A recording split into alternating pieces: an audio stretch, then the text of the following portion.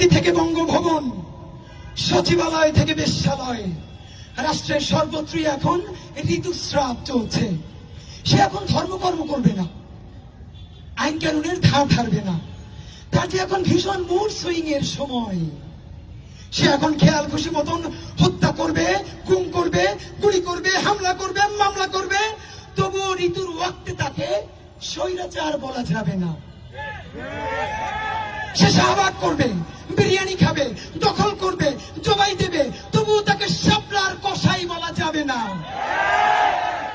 সে syndicate করবে, satellite করবে, quick rental করবে, এসবে হরিলুটের ওরস বসাবে শ্রাবের সম্মানে। তবুও তু শব্দটি উচ্চারণ করা যাবে না।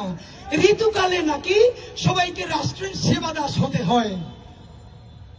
সে ভোটার ছাড়া ভোট করবে, ম্যান্ডেট ছাড়া পার্লামেন্ট করবে, দিনের ব্যালট রাতে ভরবে, দল বেঁধে ধর্ষণ করবে, ঘরে ঘরে গুয়ান্তানামো বানাবে। তবুও মুড সুইং এর মৌসুমে মুখ ফসকেও তাকে ফ্যাসিস্ট বলা যাবে না।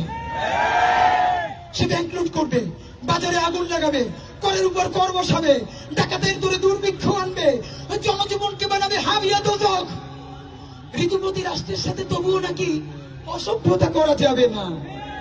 জনতাকে সে কৃতদাস বানাবে, ডাকাতকে কোতোয়াল বানাবে, পুলিশকে নাৎসি বানাবে, র্যাবকে বানাবে রক্ষী বাহিনী, শীতলক্ষাকে বানাবে রাসের ভাগার।